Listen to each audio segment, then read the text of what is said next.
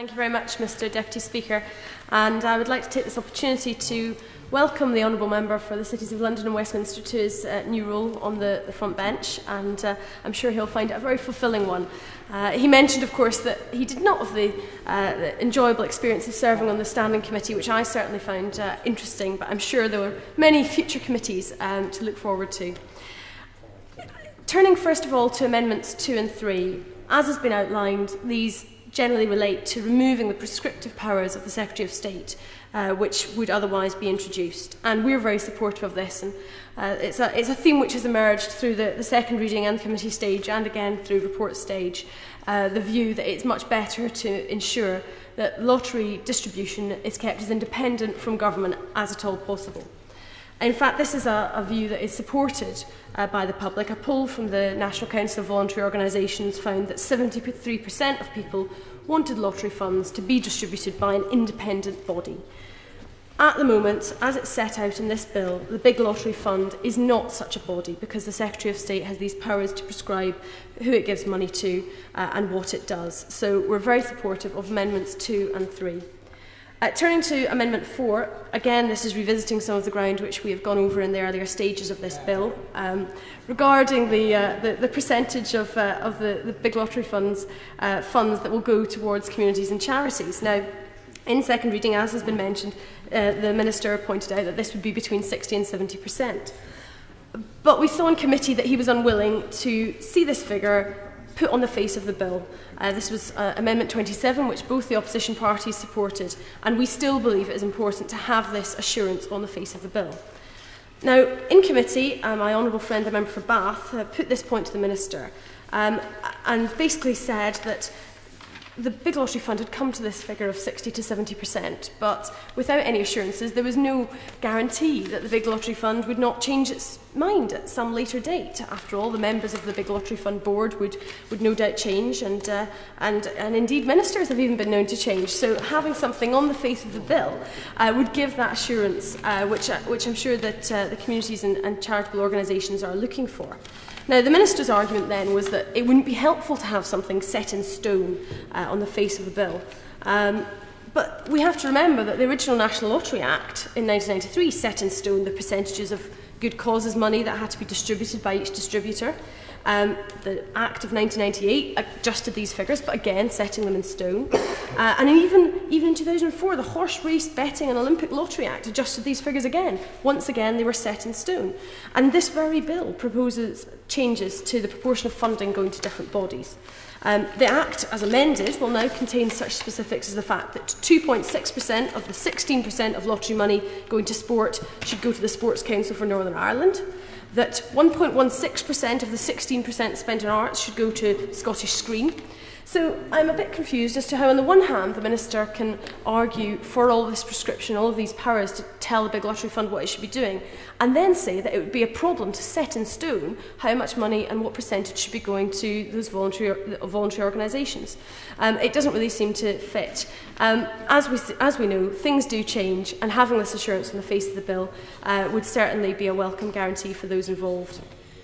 Moving on to Amendment 5, this is a related issue. It's about involving the voluntary sector in consultation.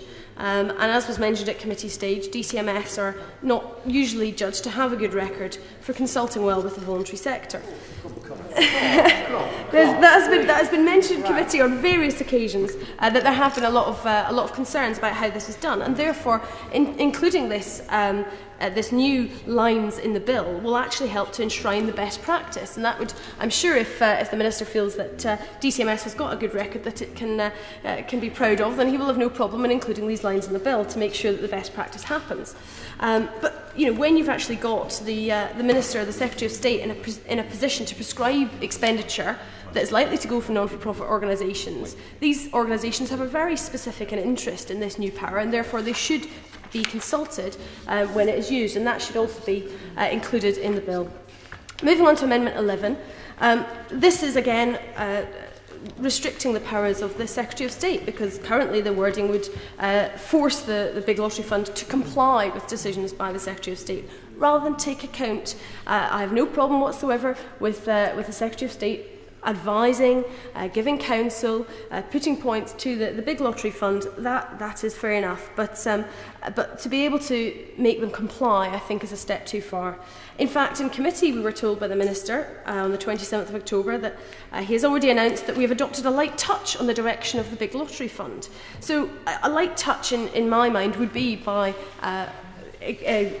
cajoling or encouraging or putting points forward, not by making an organisation comply. To me, that is not the definition of a light touch. How would the government respond if it had the unwelcome press stories, for example?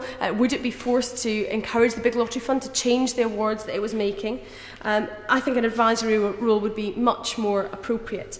And in fact, this view is actually shared by many people on both sides of the House. And indeed, I'm sure, as has been mentioned many times through the course of this bill, Sir John Major, of course, the architect of the original lottery, and in a letter to Dennis Vaughan, the President of the Council for the Advancement of Arts, Recreation and Education, on the 1st of November, Sir Major wrote, "It is scandalous how the government have so emasculated the original purpose of the lottery, and I do take every suitable opportunity to raise this matter publicly.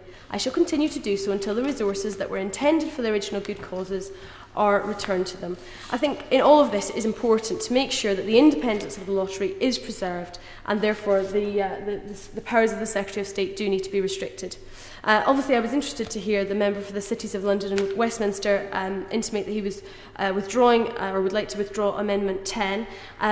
Clause 19 was one which at committee stage we voted against, but certainly we do understand the impact that it has in allowing social enterprises to receive funding. We're in great support of this happening because these can often deliver projects in a very effective way, and I know members from all sides of the House have been supportive of social enterprises. I would still point out that, as currently written in the bill, the clause 19 does raise concerns about additionality, and we've had that debate already today, so I won't go back into it, but I would hope that those can be addressed, and that the clause 19 will not be used to open up lottery funding to go into government projects, because of course that is not how the lottery was intended to be set up. So I hope the Minister will take those comments on board, and we'll certainly be supporting the earlier amendments.